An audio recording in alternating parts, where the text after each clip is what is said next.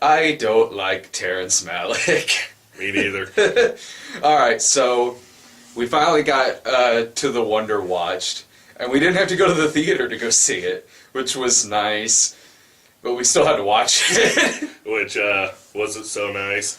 Well, I was just flipping through on demand, like, I don't know, like last weekend or something, and I came across that it was listed on demand, so of course the first thing I do is text Jake, dude, we don't have to go to the theater, it's on demand.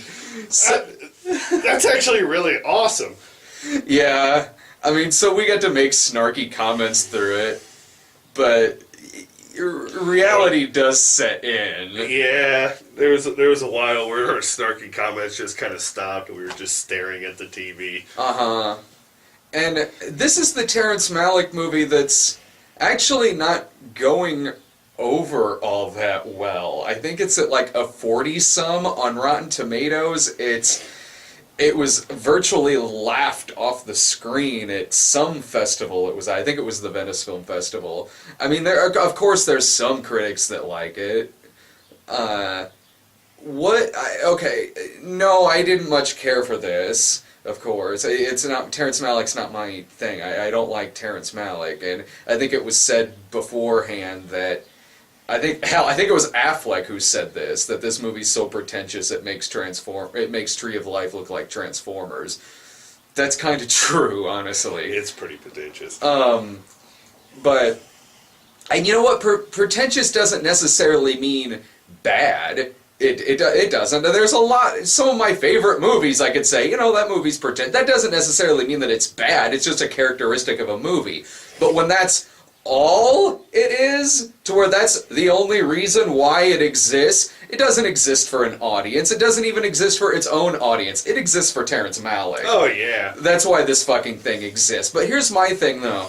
What really, if you're a huge Terrence Malick fan, which that's fine, he's got plenty of fans. If you're a huge Terrence Malick fan, what is it about this one that's way worse than something like Tree of Life or Days of Heaven or some of his other flicks? Now, would I rather watch Tree of Life than this? Yeah, I would. Yeah, I would rather watch Tree of Life than this. But it's not that drastically different. A lot of the movie just looked like deleted scenes from Tree of Life. That's how he directs. He throws 6 or 7 hours worth of shit at a canvas and scrapes off just enough of it to put together a full-length movie. That's what he fucking does. He doesn't have a structure. He doesn't have a plan. He just goes out and shoots a bunch of stuff and then assembles something together in the editing room because he can put together whatever the fuck he wants. And he knows that critics will fucking eat it up. That didn't really happen this time, but why do you think that is? I don't know. I honestly, I don't know what makes this particular Terrence Malick film so hated, I guess, than normal by critics and the fan base. I am not one of the fans of Terrence Malick. I personally think he's a douchebag. But,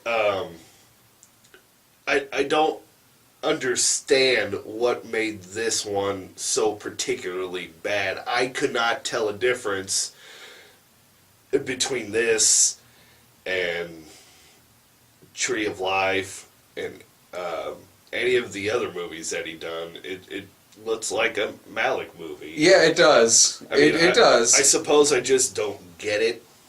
See, you just don't get it. Yeah, I did. I don't get it. I don't get why this one is so bad and the other ones are just so good. If I were to try to guess,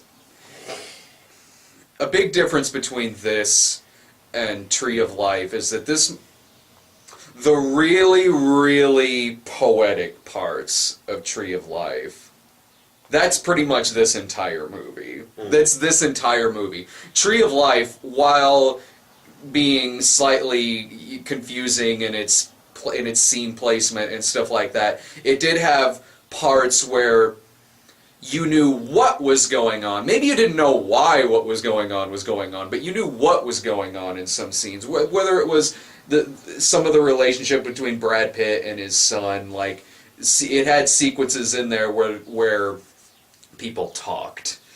It had sequences in there where you knew what was going on in the scene. Maybe not why it was there, but what was going on. Like, off the top of my head, the kid peeking in on the neighbors fighting, and the guy go, "You are allowed to live here!" Still the best part of that movie.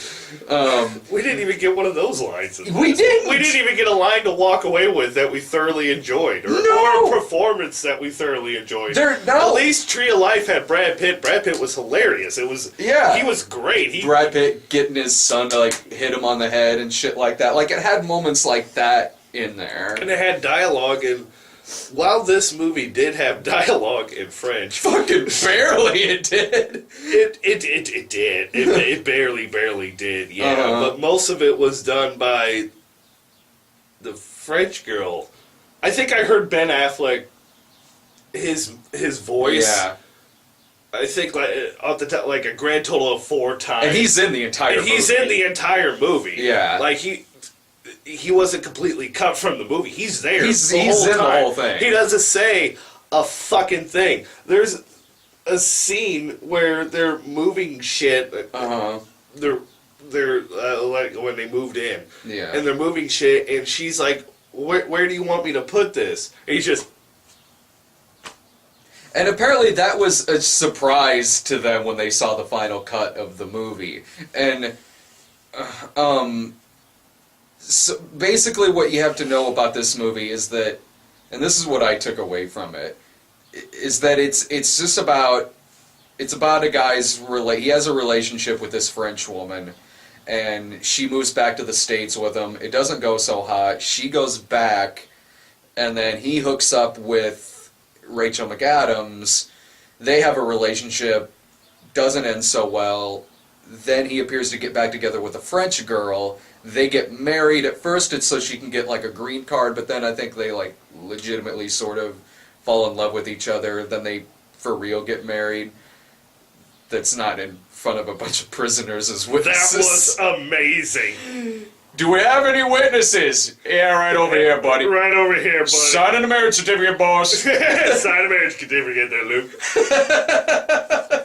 And then, again, she cheats on him, and they split. That's the movie right there. But what the movie seems to be doing is that it's showing all of this, not necessarily, not at all, through conversation, through words, through dialogue. It's showing all of it in emotion, in facial reactions, in observations and stuff like that. And again, I think he just pulled that out of his ass when he went into the editing room. That doesn't make a very good fucking movie. It makes a very pretentious movie in a bad way. So you're watching this, and since they don't say anything to each other, since you don't know why they really like each other, you don't know really why they're fighting, it makes them look like crazy people. Mainly her. She comes across looking like a crazy person. Which is unfortunate, because I think she kind of portrayed to me like she was supposed to be like a free spirit, so to speak. Like, you know, one of those kind of flowery type of girls that are a little bit walkers. You know, that's fine, that's cool, whatever.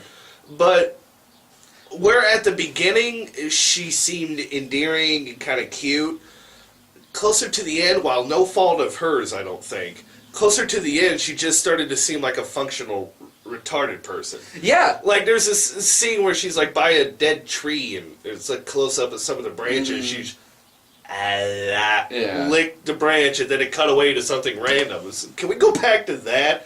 Maybe she shouldn't be allowed outside if she's just going to walk around and lick trees. Oh, yeah, and I got that. That result long before that scene even, because in the opening of it, it's like they're on vacation or something. I think. I mean, I don't know, but they're off on holiday, I guess. And so she's doing this free spirited stuff, which to me didn't necessarily come across like a summer of love, a hippie free spirit like that. It came across more so like art house movie free spirit. There's a slight difference. No, there isn't. Well, no, not when it's like I Am Curious Yellow or a movie like that. Then they kind of blend together a bit. Or like, the last 40 minutes of Easy Rider. But,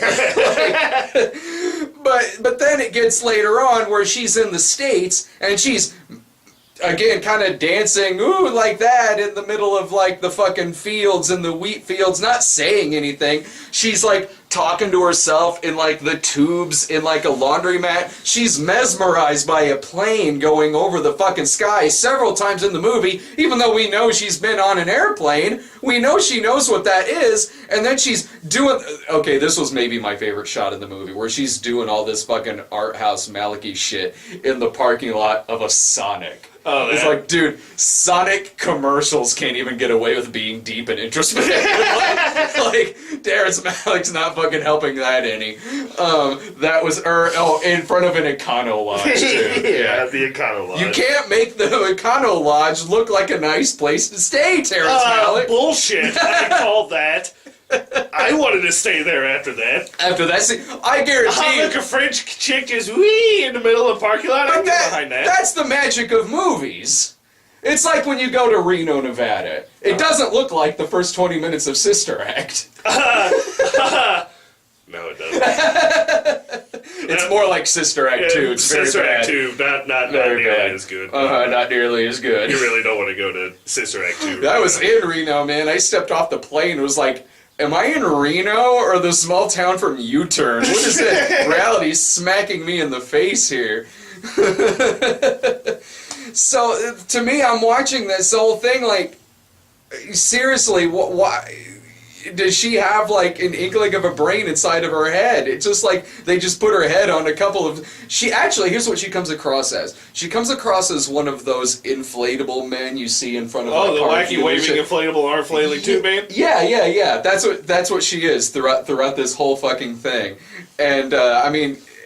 And then even within scenes, her mood shifts quickly. Like, Affleck will be, like, kind of loving on her and shit like that in a swimming pool, and she'll knee him in the crotch or smack him away. But then, 2 seconds later, like, oh, come here, you. And we don't know why they're ever fighting, because the whole thing is just done focusing more so on their expressions and on their emotions, which I believe that was the intent of the movie, but it doesn't make for a very good love story. It was kind of like the chronicles of a bipolar relationship. God, it was. Even him and Rachel McAdams. Yeah, even then, it's just, you know what, this is just uncomfortable. It's this love-hate, I don't understand, this is stupid. And the narration. The narration. Although it was in French, that was kind of fun. And it did actually say, "To the Wonder." Yeah. On one of the subtitles. Well, that's because up until a month ago, this was called Untitled Terrence Malick Project. Well, it should have been called The Love That Loves Us. Yes. That was the waxy, stupid, poetic bullshit that they pulled off in this movie. They say it multiple times. Oh, love that loves me. What is the love that love that loves us back? What? And I remember that line because you and I started laughing, and I think that was the line that made audiences start laughing too. Because I read about some specific line that caused audiences to just crack up, and I think it was that one because that's at a point in the movie where it seems like something's going to happen.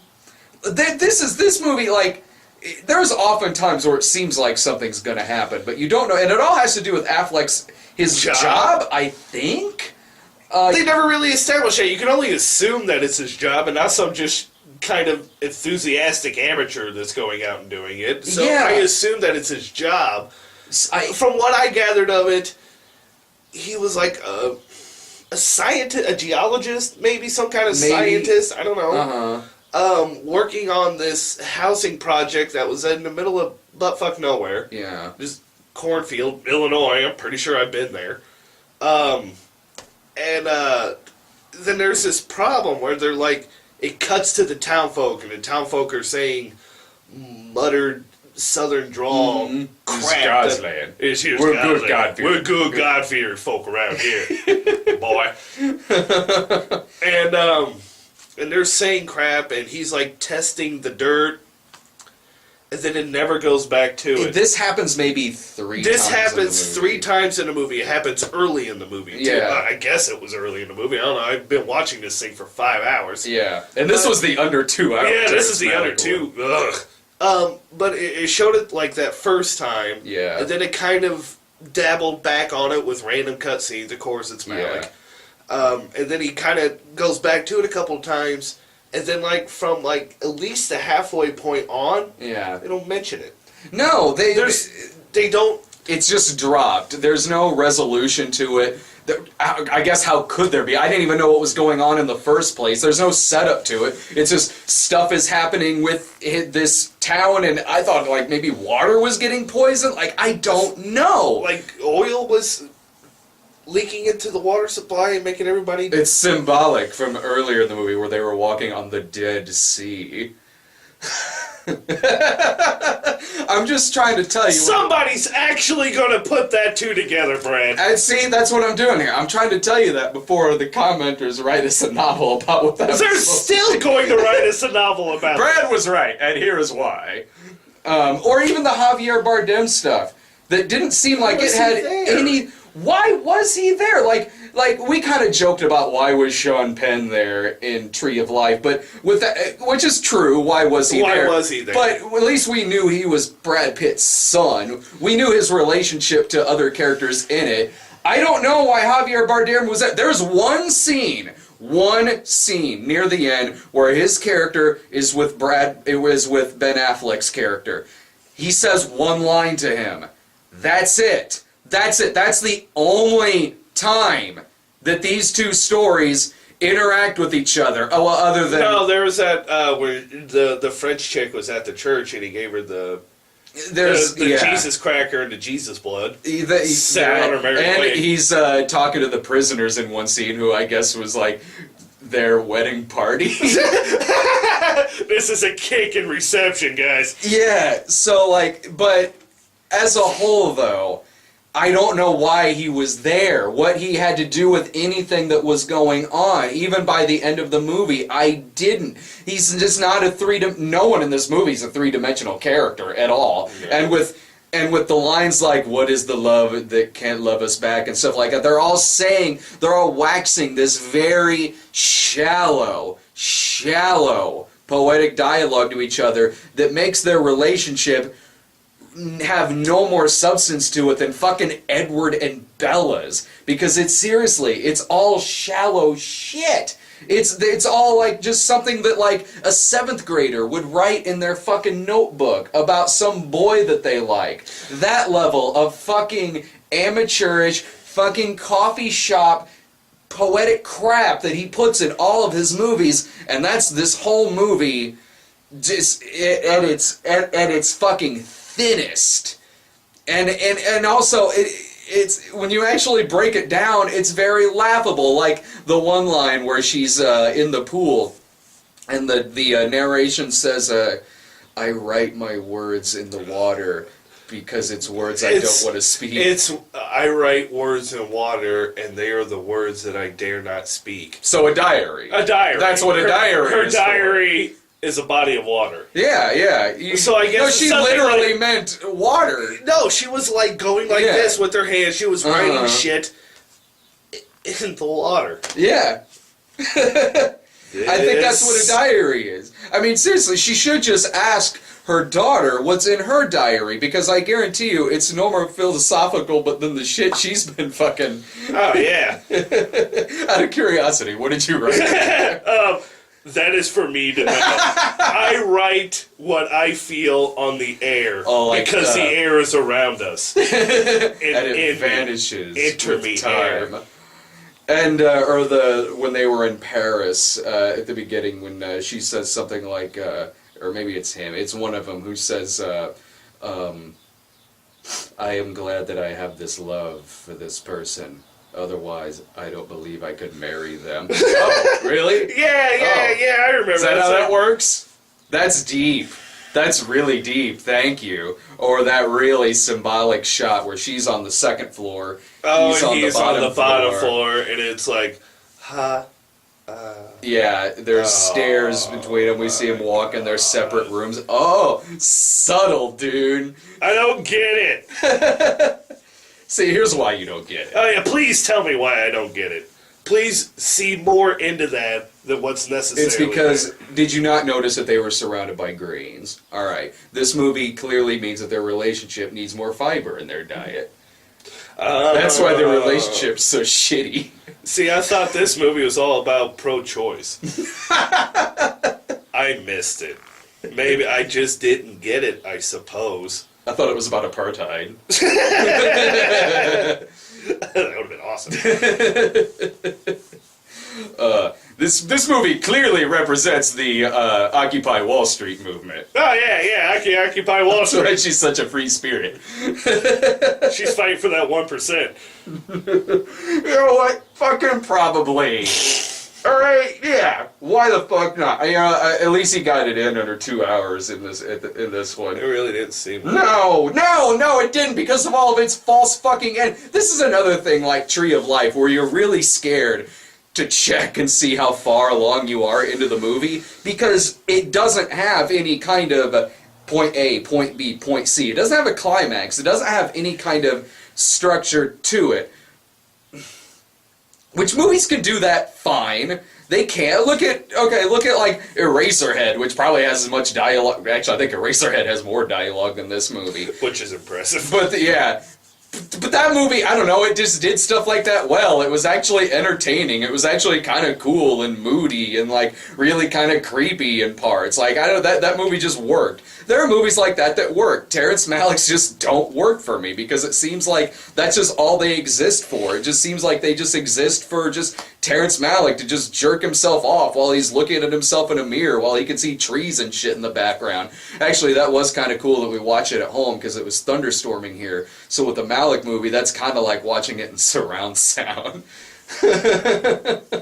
And so, like, you're, like, scared to actually check and see how far along you are in the movie, because for all you know, it's gonna just fucking say you're only 20, 25 minutes into it. When we checked, though, it wasn't like with Tree of Life, where you finally Yeah, down in Tree of Life.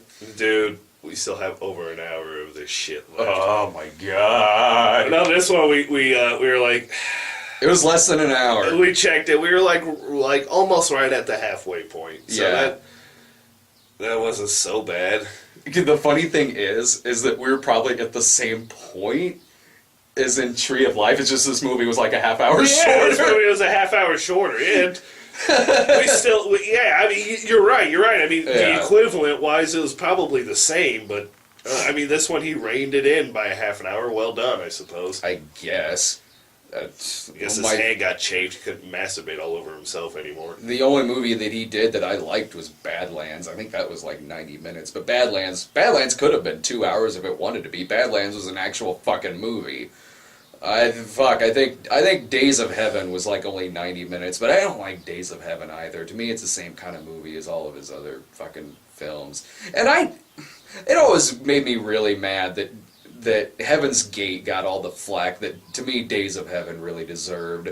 I don't know, maybe it was because of all the backstory and shit on Heaven's Gate. And Heaven's Gate is a lot fucking longer. It's like 2 hours longer. But both movies have the same fucking amount of substance. But when you look at...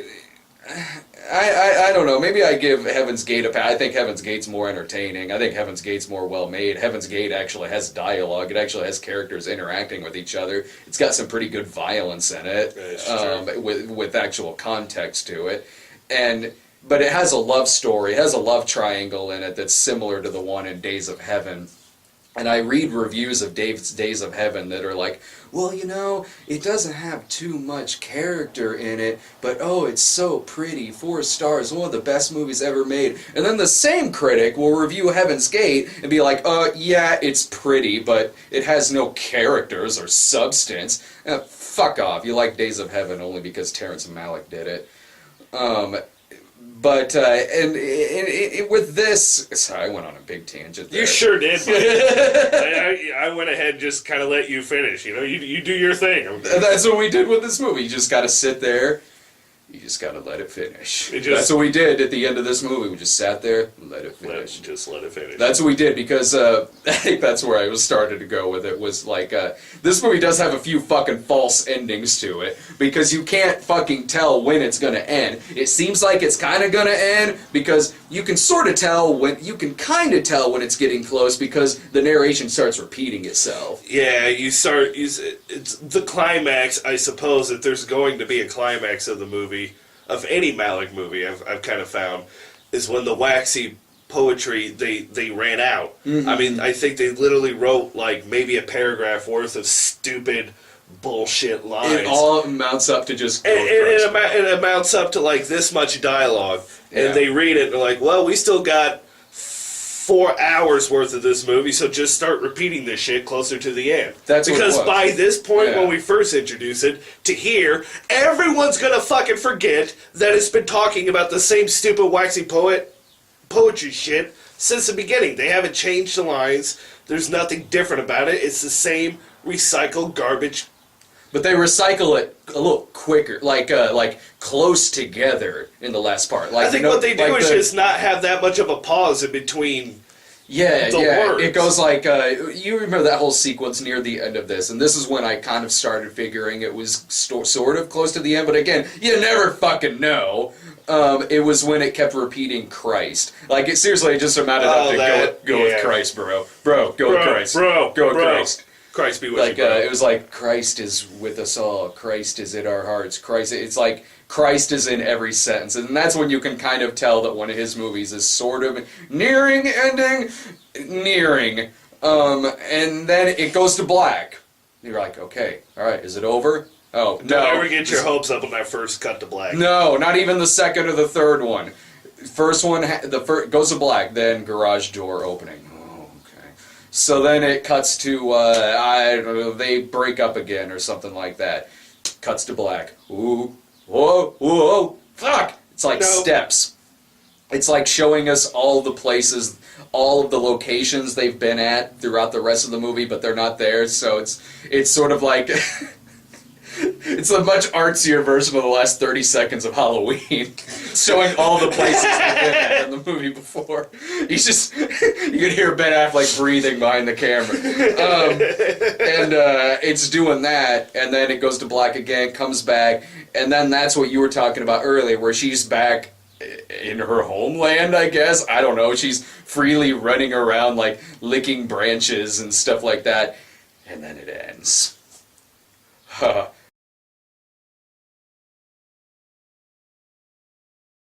Extra tater tots, please.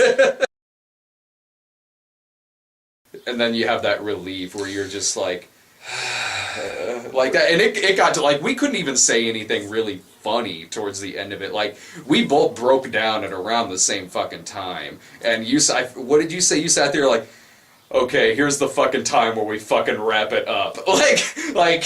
Like we couldn't even say any jokes or like a snarky comment, just blunt, like, okay, this really needs to be fucking wrapping up at this point. We're done. Wrap it up. Stop. It's over. Quit it. Stop it. You stop it, Terrence. I did like the part where Affleck punched the mirror on his car.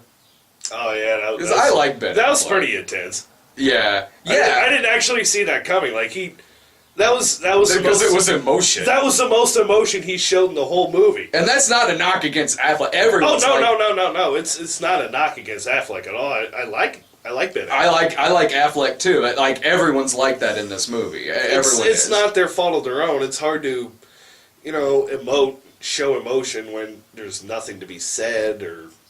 It's an maybe if you're. I'm guessing like the scene where they're emoting and I'm sure there's dialogue was really, really long. Mm-hmm. And then he just takes stupid little parts out of that and puts it into the final project. I can't even get mad at any of the actors or actresses in any Terrence Malick movie because they don't know what the fuck the final product is going to be. Mm-hmm. They don't even know if they're going to be in it. They don't know if they're going to be in it. They have to act within the scene. I'm sure the script shows that there's got to be dialogue. Yeah. I'm looking at the movie. People are talking. There's got to be some fucking dialogue. But then Terrence Malick goes through and he fucking just cuts it and rips it all to shit into where this scene, where in the script was probably from the beginning of this a lot of dialogue and then the ending of the scene. He picked this part and this part and this part, and I'm gonna put this part here, this part there, and this part up here. Yeah. Pretty. It's. I can't get mad at the actors. I can't get mad at anything about this. It makes because it's some stupid art house film student nerdy kind of fucking movie where it just it doesn't make sense. It's pretty for the sake of being pretty. Of course, it's Malick. Excuse me, the cinematography in the movie was great. Yeah, but it's pretty with nothing behind it. It's not a movie. There's nothing to give. Terrence Malick is a terrible director. Yeah, well, like, and which made me laugh, that scene where it actually had emotion in it with him punching the throwing her out of the car. He walked around like the driver's side. Like, here's what the scene happened. She cheated on him. Yeah. They're going into the romantic setting of Sonic. Yeah. When she tells him, like, as if he's pulling up, she's like, by the way, I cheated on you. What? Hi, welcome to Sonic. You know what? Just give me a minute. Hold on. This bitch just cheated on me. Yeah. So there was that, and then they're leaving. It's a number 2 kind of day. It is a number 2. Extra tater tots, please. And so the next scene is that, like, he's speeding off, he's mad, she's still in there, and then he just pulls the car over to the side, gets out, like, just seething with anger. And you can tell because, like, he walks around the front of the SUV, and he's, like, looking directly at the camera the entire time. And then when he walks around the rearview mirror, he just fucking just slaps the shit out of it, just shatters. Yeah, that was awesome. Then he just rips her out of the SUV, just like tosses her on the side of the road and leaves. I can get behind that. Yeah, that was good. That part, and there was some other character in it too who was that female character in it where I kind of leaned over to you and was like, wow, someone's showing some characters showing actual emotion. It was like her friend that came out of nowhere, her other French-speaking friend who happened to be in America, who happened to not only be in America, but in the middle of the Midwest, because we have Frenchmen as far as the eye can fucking see around here. And her random... I don't know where she came from. She was just there. Yeah, and then as soon as she's there, she's gone. She's gone because she showed too much emotion. She had the most speaking lines of anyone in the movie, bar none. She did, and she's in the movie for probably 4 minutes. But her whole scene is she has like a monologue for like the 4 minutes that she's in it. Yeah. She has a monologue for that entire thing. Yeah. And it's different cuts, of course, Malick, Scrooge, whatever. But, you know, the 4 minutes she's having this monologue, and then at the end she's screaming it in the middle of like this little quiet suburban area. And she's like emoting, she's screaming, she's mad, and we never see her again. No. It's like, this is what happens when you try in a Terrence Malick film. It's like he'll be like, oh, that was good, and that would go here because it would be poetic, but nothing you did was good enough. Don't touch me, you'll make me dirty. You're not in the rest of that movie. Fuck you, Terrence Malick. Joe, one of the actors cut out of this was Michael Sheen. Come on! Kind of makes you hate him more. It does! A little bit more. I hate Terrence Malick just a little bit more. Yeah. There could have been some fantastic Michael Sheen greatness on the editing room floor of this. I'm talking like, what is the love that loves us?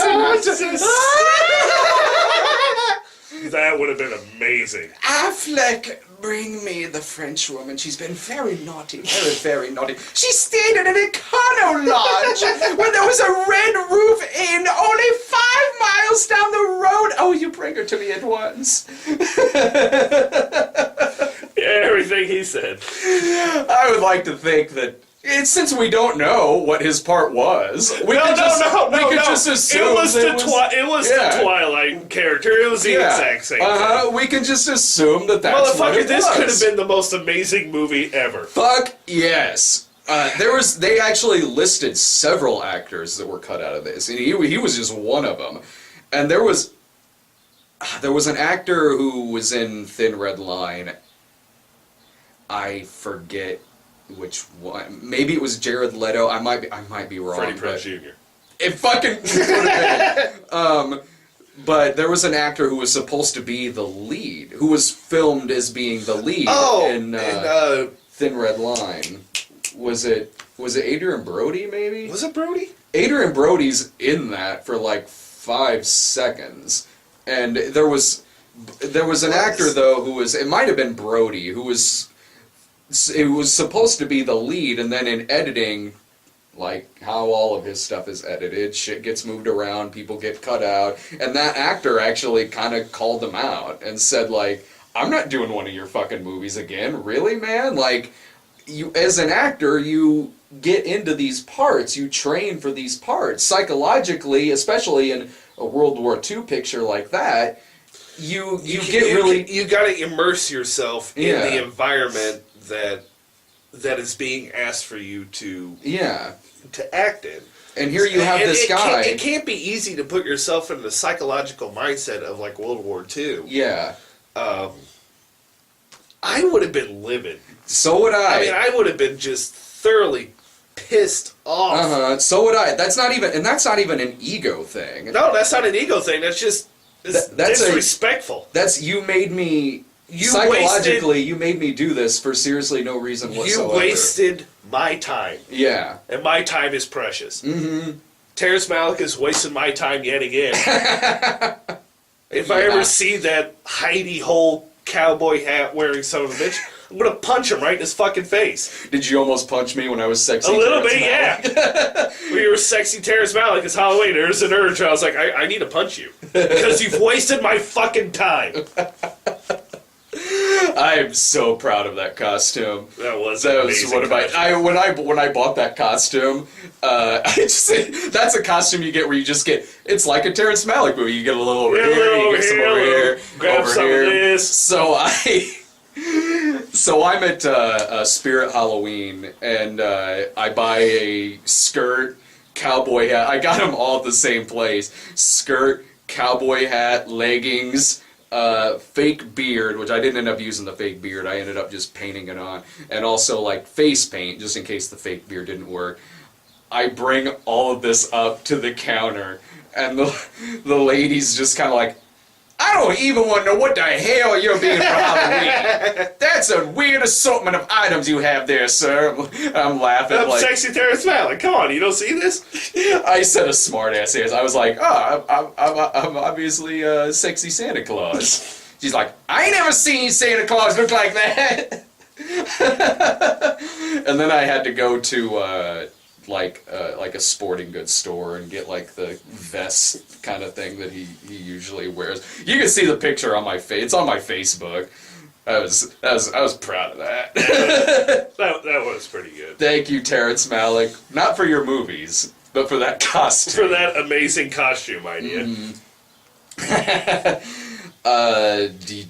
Do you have anything else about it? I mean, most of what I could say about it is what I said in the Tree of Life video. I mean, talking about this... At this point, it's beating a dead horse for me. I mean, yeah. Everyone should know my feelings on Terrence Malick. Same here. And people are more likely going to be upset with us because we didn't like it. They'll suck a dick, I don't care. But part of you, though, kind of look forward to doing this. That's the only reason why I did the Terrence Malick. Yeah. I like pissing you people off. I like it when you don't like me. It fuels me. It makes me happy. It gives me the motivation to see these stupid-ass movies. Because I know that some of you out there don't like me whatsoever. But you're the one who got a best of, though, on YouTube. I did get a best of. Look, people may not like me, but I'm the most talented motherfucker on this website. And they know that. They don't like you. They don't know, but they fucking respect me. That's the difference. Let them hate me, so long as they fear me. Right, exactly. But I was the same way. I was like, as much as I didn't like sitting through Tree of Life, that was a circus of fucking comments over on that fucking page. Was. So now we have this new Terrence Malick movie. I'm like, oh, okay, this might be kind of fun again. All right. I hope so. Yeah, all right. Yeah, But now we're going to have to try to separate them between the ones that are real and the ones that are just the like... ones that are, of course, the fans of our website. Are like, oh yeah, you fucking assholes. There you go. It's like, now I got to read this paragraph of somebody else being a complete asshole. Like, well, all right, well done, well played. Well played, Internet. Oh, fake Josh Hadley, I know that's you. You're the only one that talks about chicken fingers and brewskis on my comments board. What? Oh, fake Josh Hadley? You never seen fake Josh Hadley? I've seen a little bit of fake Josh Hadley. On all of the Radiodrome comments, there's fake Josh Hadley on. There's like, look, bro, I haven't got the links fixed because I spilled honey mustard all over the switchboard. Okay, broski?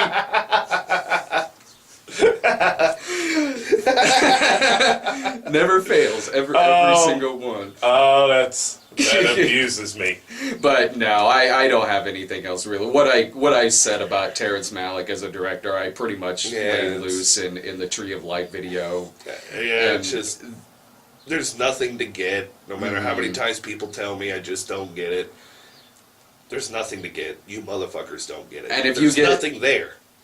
There's it's no story. You take out of it. You take out of it whatever you want. So Yeah. there's nothing to get. Uh-huh. If you find some kind of personal revelation through watching a Terrence Then Malick movie fine. and you enjoy it, fucking enjoy it. But Yeah. don't look at me and tell me that I don't get it.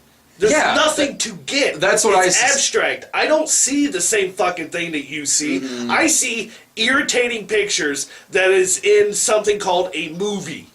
That's what I have to say too, is that like if you actually get something out of this, like any of his other movies, okay, fine, it worked for you. His stuff does not work for me. His stuff's not made for me. It's not. And you know what? Don't get mad at me over that because I'm not taking that away from you. If you want it, Fucking it's enjoy yours. it. Enjoy it. It's yours. I will not take that away from you. Don't give a shit. I'm here offering my own criticism, my own It's opinion on the movie. That's my job. That's what I'm here to do. I have to do that. But I'm not taking anything away from you if you like it. If you like it, fine. If you get something out of it, fine. It worked for you in a way that it didn't work for me, and you know what? It's never gonna work. and grow some thicker skin. Jesus Christ, we can't pick on you guys for liking this without you getting all butthurt. I don't get it. Just shut up, dude. I'm teasing you. Man, you read some of the comments about things that people said about me or said about us? They're brutal. I don't care. I Right. don't care. Oh yeah. We're gonna get people wanting to stick all kinds of stuff up our ass. We sure are. Bring it on. I find those comments funny. Like those Bring it comments where on. they I got a don't lot like of me. space in there. Oh yeah, come on in. It's the hottest spot in town.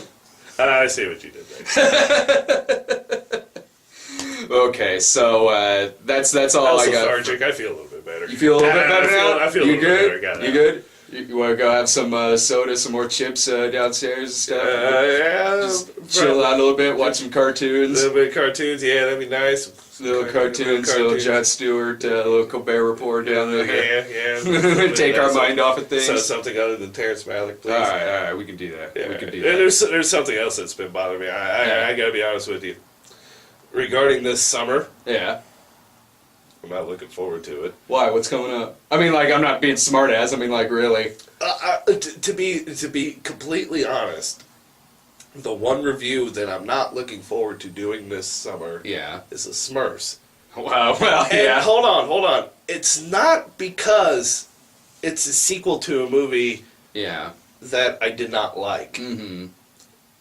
It's that I have to try to capture lightning again with the first time that I got upset at the Smurfs movie. I know what you mean. I honestly. It's know like what you mean. I don't want to see it. A, it's a bad movie. Yeah. It's gonna make me mad. But B, one of the other reasons why I don't want to see it's like, man, that's a lot of pressure. Just go. So what I'm going to do is I'm going to go in completely zen. I'm just going to sit there in Yeah. the car, and I'm just going to very calmly explain the Yeah. positives and the negatives, and that's it. You'll have Irving there to get some rage in there too, because Irving, if he's as I guarantee Irving will be as rageful as he was in the other one. So you can have the Zen, Irving can have the rage. But honestly, I know Is that me passing off the torch so I don't have to be angry Jake anymore? No. So I gotta no. But I know. Sorry, blood pressure. That's like, honestly, that's like me when the next Transformers comes out. Like, as pissed off as I Yeah, was in that. Honestly, even this video. I wasn't worried about this one. No, I wasn't worried, but it was still like... Yeah. You're trying to... Yeah, it's the same concept. Yes, I understand. But definitely whenever the next Transformers movie comes out, it'll be... And it's not like I'm going to be acting in it, because if I like it, I'll say that I like it. Oh, yeah. Like, it'll be... The reaction will be genuine. But I know exactly what you mean. Alright. Well, let's go do some non-Malicky stuff. Non-Malicky shit. See ya. Bye.